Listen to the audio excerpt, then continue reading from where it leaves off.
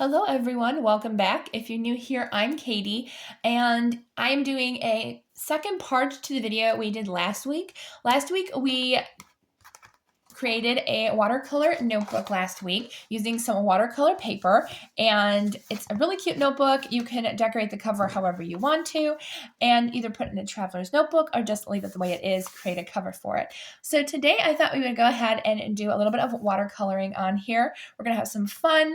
I have some new watercolor tape that I just got that's supposed to be good for kind of leaving a border if I want to, which I do kind of want to use today. So we're going to go ahead and use this today and kind of test this out because I actually never used watercolor tape before to kind of protect my pages. So I thought it'd be kind of fun to do this together. So I'm just going to use a little bit of this. It's kind of similar to, I would say, painter's tape, or like, the type that's kind of more thinner on the thin side. And it doesn't have to be exact, but I'm just going to use one on each side. And it's supposed to not be super sticky, so it's easy to come off, but it's not going to bleed your watercolors underneath. So I'm just going to finish doing this. So I forgot when we made this journal that the back sides of these pages are actually smooth. And so I had to go back and find a page that had the tooth for the watercolors, because the other pages you could use any other medium in it, but we want the watercolor side. So I have my watercolors here, and I'm using the Gansai Tambi watercolors because that's the only set that I have, but I love these watercolors. They're so pigmented, and I actually used a coupon, I think, and went to the craft store and got a really great deal on it. Oh, look, there's watercolor paper in there. All right, so let's see what colors I want to do. I'm thinking just to do some greens, as I want to kind of do like a field of flowers kind of feel to this page. So, of course, I always thought nails were your best friend, but apparently not. So I'm going to grab some green. I don't know if I'm going to do two greens or not. I forgot about need to see my color palette here. These are all the colors in their beautiful pigment shades. So we're definitely going to be using sap green, which I like. Or that's sap green deep. There's like 3 different sap greens. Sap green deep, and I think we're also gonna do sap green like medium or light or something. So probably medium, I guess. So we're gonna do those. And they have the color on the back, so you don't have to worry about losing where you put them, which I really do appreciate, because that would be me. I would have problems. And then I'm gonna do a little bit of yellow for like the sun or something. So I'm gonna grab, this is, or wow, that's hard to pronounce. Aurelian, I think. So we're going to use that color. And then we might end up doing some clouds and stuff too. So I'm going to go ahead and grab Horizon Blue. And then for flower wise, I'm thinking maybe we should do, I was going to say let's do like a pinkish red. So I'm going to do this one up here, which looks like carmine. So we're going to use that one, which is kind of like a pinkish red. So yeah, I think that's a fun color palette. We're going to use those. All right, so I want to do a wash in the lighter green, and I'm going to go in with a darker green to create some shading, which actually I might end up using the lightest green for the wash. I think the lightest green actually is probably going to be the best for the wash. So I'm just going to take my watercolor brush, move these down a little bit so you guys can see. I have my water up there, and you do not need a lot of water with this. I do a little bit just to get it wet and stuff, but these are highly pigmented, so it will get really pigmented really quickly. So I'm just going to do an entire wash. Well, not the whole page, because that's the sky. We're just going to do the bottom.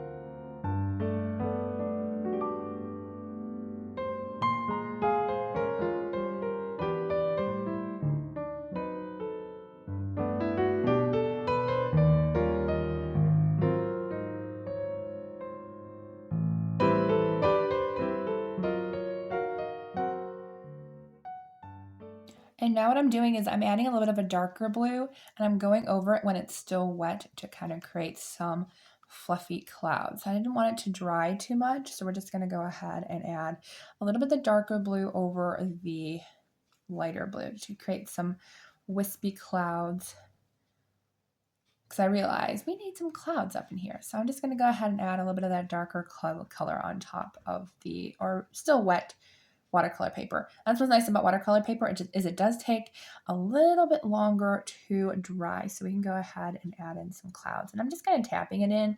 I'm a very big beginner as far as watercolors go. So I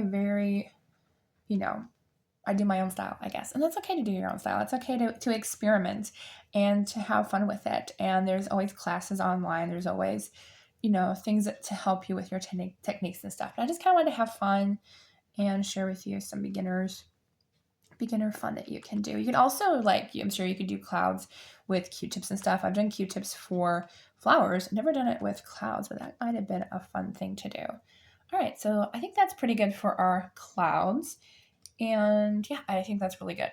So I'm actually going to let this dry. I'm not sure if the bottom is dry or not. It's a little wet still, so we're going to have to wait until that dries. Or you can go ahead and use a hairdryer or any tool to kind of help that along. Just as long as you don't have big pools or big puddles, because those will spread when you dry it. You should be okay drying after those are gone. Once it's dry, I'm going to go in with a little bit of the darker green that we talked about. I'm using a thinner brush for this. Get a little bit wet. So it's pretty thin. It's not super thin. I probably do have thinner ones, but I just figured this would be a nice one to do. So I'm going to go ahead and do just some nice thin strips for grass and kind of just put them around.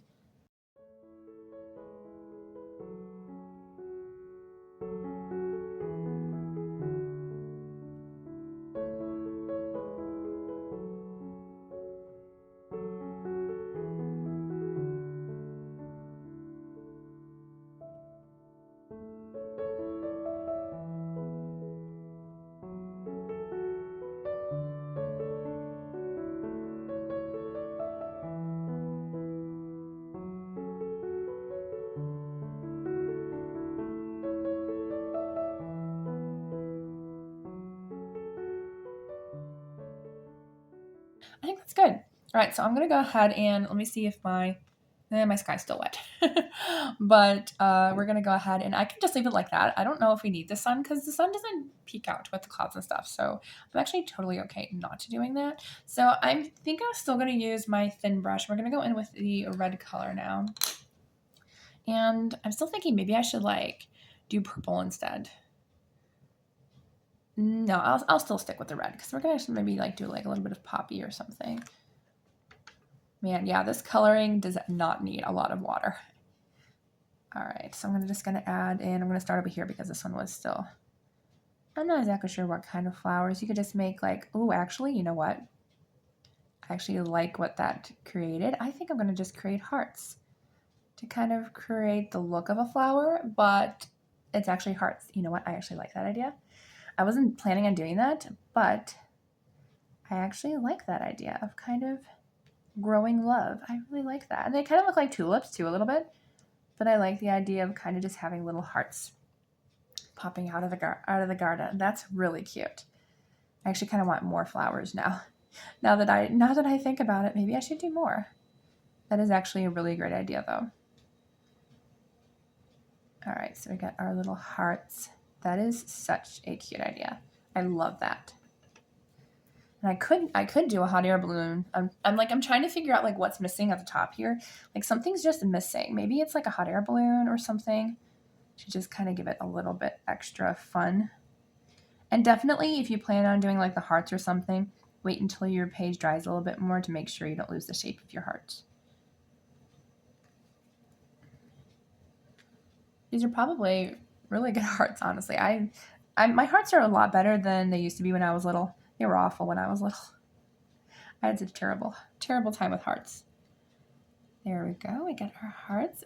I really love the idea of the hearts. I kind of want to add a few more, but I don't want it to make it look like, an overgrown field or something. But maybe I should do one at the bottom here or something. No, I think we're good. I think we're good. We could add a little bunny. That would be cute. I wonder if I can get a bunny to be in the center somewhere there. Let's see here. I do have gray, a lighter gray, but I don't know if it's going to show through on the watercolor. I could do it in acrylic paint. I just realized I probably could do it in acrylic paint, but I'm wondering if I could do it and do a little bunny kind of just looking off into the distance or looking at like one of the flowers or something. Maybe I'll put him right over here maybe. That might be good. So I'm just going to do like a round circle. And I did a little bit thicker of watercolor to make it, because this watercolor almost acts like acrylic paint sometimes if you do it thick enough. So I kind of did it like that.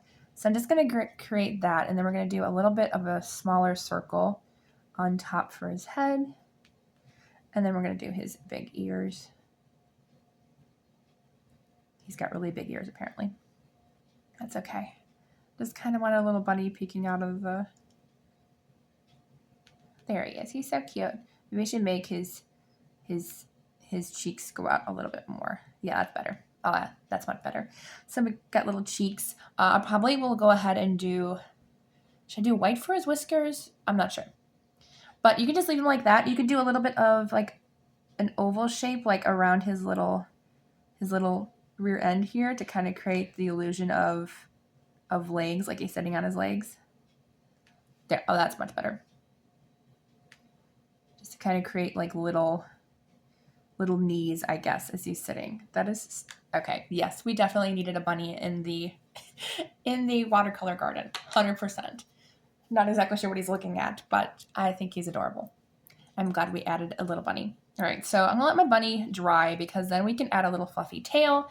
And yeah, I also do have, I think I do have a white watercolor. Yes, I do. So I do have a white watercolor, and his back end should be fairly dry. So I'm gonna go ahead and add in, make sure I pick up enough color because the white is not super pigmented, but it should be still good to give him a little cottontail. I want to make sure it's also not really wet. We want to make sure it's a little bit thicker. And then we can go ahead and add a little fluffy cottontail in the back. Maybe I might let it dry a little bit more. Yeah, because we're picking up the gray a little bit. So, because I want to make sure he has a fluffy cottontail. And it could blend in with his fur because he is, you know, it'll blend in a little bit. That way it's not going to like stick out a whole lot. But oh, just the adorable little cottontail. He's so cute. Okay, and then I'm going to add some whiskers. Actually, you know what? I think I will do it in white, his whiskers, because that way they're not super, you know, out there. And it's just very light whisker. You're probably not even going to see it on camera if I'm being honest, because it's very, very light. But I just kind of wanted to give him a little bit of wispy whiskers, and I'll know it's there, but you probably won't be able to see it. But he is adorable. He is so cute. I'm so glad we added that in. All right. Trying to think if I want anything else on this page. We got, you know, the clouds. We got the really pretty garden. I think it looks really good the way it is. And if you want to, like I was going to like create a poem or something. I'm probably not going to create it on here, but I will add it into my community tab when I'm done, once I like create a poem or something to put on here and once it dries and stuff. But I think it looks good the way it is. So once it's dry, if you have used the tape to create a border, you can take that off now and you will have a nice clean, or fairly clean, depending on how well you did. Because they're, you know, there's always mistakes. Oh, see, I just got some on there, but that was my fault because it's underneath the tape. So just be careful when you're doing this. If you want to wait until it's completely dry, probably also a good idea because the tape could still be wet and that could get on your page, but as long as you're careful. And my page was mostly dry, so it should still be good to go. Oh, this is the cutest thing. And I did notice that on the bottom here, it did, oops, you can't see it, but I'll show you when I'm done. But it did peel off a little bit of the paper. If it's too sticky, you can always take the paper and rub it on your pant leg a little bit before you tape it down because it did rip off a tiny bit on the bottom. But it was only one side, so that's not bad. But I love the way this turned out. I think it turned out so cute, so much fun. So yes, that was our fun watercolor page. If you'd like to see more videos like this, like doing this whole book, I would love to do that with you. We can do maybe some different themes on seasons maybe, since like this was like a spring page. We could do a summer page next time. We'll do like maybe a beach or something that has to do with summer, and then in fall we can do like some foliage and trees and stuff. I think that'll be lots of fun. All right, I hope y'all have a wonderful day, and I'll see you all in the next video.